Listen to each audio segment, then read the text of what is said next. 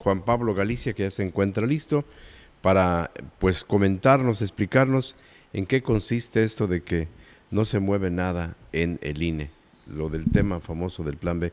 ¿Cómo estás, Juan Pablo? Bienvenido, buena tarde. ¿Qué tal, José Luis? Muy bien, muchas gracias. Un saludo a todo el público de Grupo Fórmula. Excelente inicio de semana. Hasta ahora, ¿cómo va?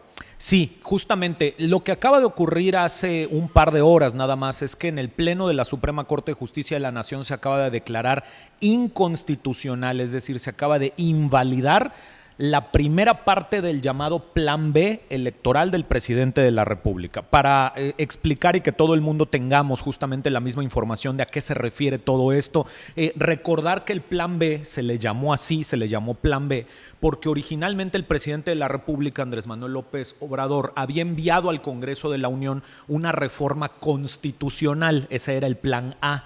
Pero como Morena no tiene la mayoría suficiente, la mayoría calificada en las dos cámaras del Congreso, esta reforma electoral no pasó, fue rechazada por los votos de la oposición porque ahí requieren las 2/3 partes para poder cambiar la Constitución. ¿Qué hizo el presidente de la República cuando le rechazaron esta reforma constitucional? Su plan A anunció, y ahí fue en donde le puso el nombre, este Plan B, que eran una serie de reformas a leyes secundarias, ya no a la Constitución, sino a leyes secundarias, que básicamente le iban a permitir tener lo que quería en la reforma constitucional, pero tenerla a partir de leyes secundarias. Y estas reformas, el Plan B se sacó en dos tiempos. Hay que recordar que el Senado de la República no alcanzó a sacar en el 2022, no alcanzó a sacar la segunda parte, y entonces una parte salió en noviembre del año pasado y otra parte salió apenitas ahorita en febrero de este 2023. Las dos partes del Plan B fueron controvertidas ante la Corte. La Corte está revisando las dos partes, pero lo que hoy se votó y lo que hoy se desechó por ser encontrado inconstitucional por la Corte fue la primera parte del Plan B. ¿Qué trae esa primera parte del Plan B? Las reformas a dos leyes, a la Ley General de Comunicación Social y a la Ley General de Responsabilidades Administrativas. Aquí hay dos elementos muy importantes que pueden ser de mucho interés, no nada más para la gente que está al pendiente de qué es lo que va a ocurrir con las reglas electorales y cómo se va a jugar al juego democrático en el 2024, porque por supuesto el hecho de que sea desechada la primera parte del Plan B es ya una buena noticia para la oposición y para muchas personas que estaban temiendo que todas estas reglas terminaran atando de manos al Instituto Nacional Electoral y al Tribunal Electoral para que no pudieran hacer su chamba y para que los partidos políticos, no solamente Morena, sino en general los partidos políticos, pudieran hacer y deshacer trampas por todos lados sin que tuviera dientes la autoridad electoral para poder reconvenirlos. Esa es una buena noticia en términos generales, pero esta inconstitucionalidad de la primera parte del Plan B, como invalida las reformas a la Ley General de Comunicación Social, permite que gobiernos locales, y esto era una cuestión importante, insisto con esto, José Luis, porque interesa a medios de comunicación, interesa a gobiernos locales de oposición sobre todo, gobiernos locales no podían contratar propaganda gubernamental porque esta reforma a la Ley General de Comunicación Social se los impedía. Entonces, muchos gobiernos, sobre todo gobiernos de oposición a nivel estatal o a nivel municipal, lo que hacían tal cual para contrarrestar de algún modo, digamos, el aparato de comunicación del gobierno federal, pues era a través de la comunicación local tratar de hacer ese contrapeso. Pero esta reforma lo que pretendía era que solo el gobierno federal tuviera la oportunidad de contratar esa propaganda gubernamental a la que estamos acostumbrados en todos los espacios. Fue declarada inconstitucional y por lo tanto seguramente están respirando muchos gobiernos y también en muchos medios de comunicación se está respirando en ese sentido porque es una de las fuentes de ingreso de los medios.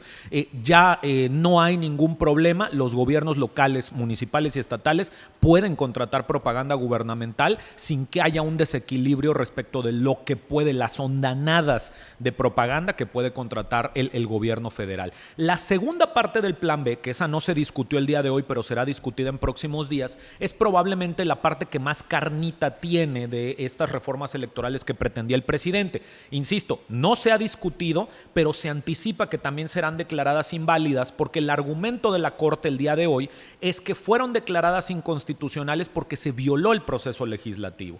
Y se violó el proceso legislativo tanto para la primera parte como para la segunda parte. Así que es lógico esperar que en los próximos días también esta segunda parte sea declarada inválida. ¿Qué incluye la segunda parte? Las reformas a la Ley General de Instituciones y Procedimientos Electorales y la reforma a la Ley General de Partidos Políticos, que entre otras cosas, José Luis, recordará el público que nos escucha y que nos sigue, reformaba al INE.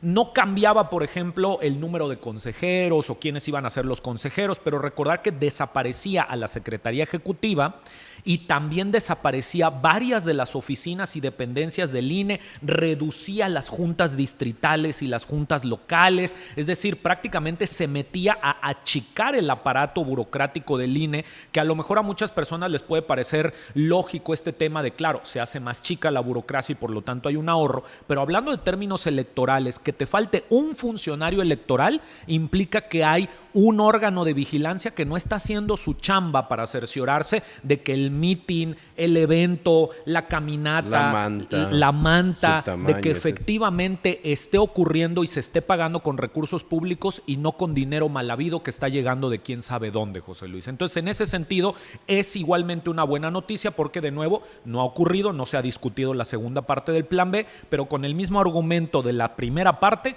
es muy probable que también la segunda parte se declare inconstitucional. ¿Votos? 9 votos a favor contra 2 en contra.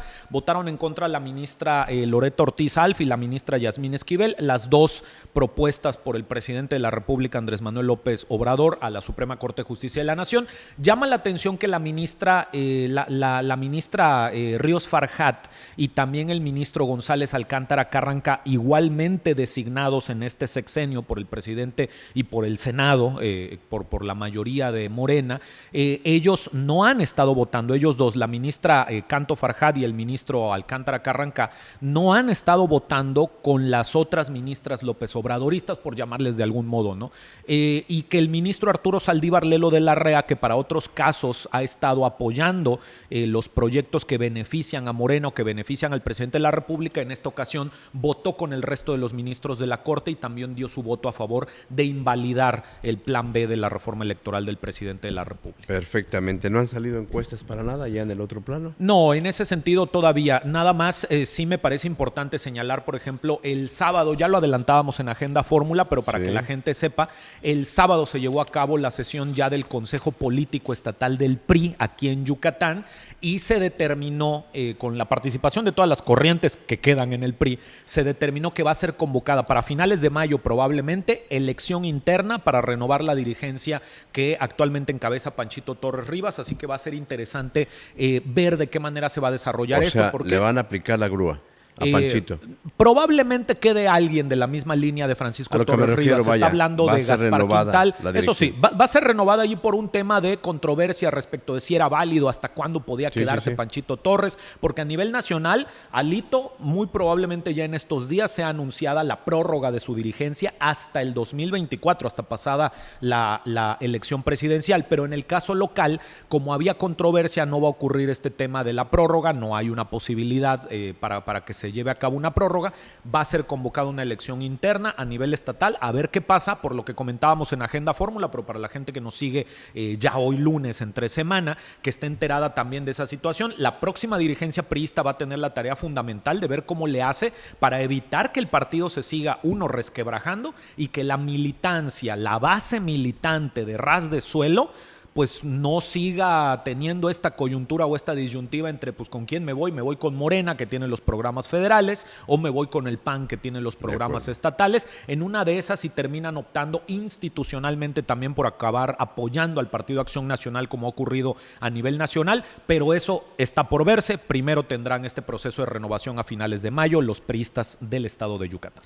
Bueno, pues atentos al tema y muchas gracias, Juan Pablo. Gracias, José Luis. Gracias a todo el público de Grupo Fórmula. Excelente inicio de semana para todas y todos. Estamos en @JPGalicia en todas las redes sociales para quien quiera seguir con la conversación. Dice Javier Becerril, excelente resumen y estupenda explicación de la resolución de la Suprema Corte de Justicia.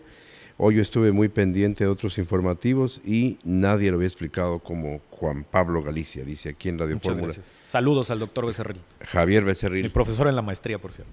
¿Es tu profesor en maestría? Fue profesor en la maestría. Un saludo al doctor Becerril. Él está en la Universidad Autónoma. Sí, es de la UADY, de la Facultad de Economista de la UADY.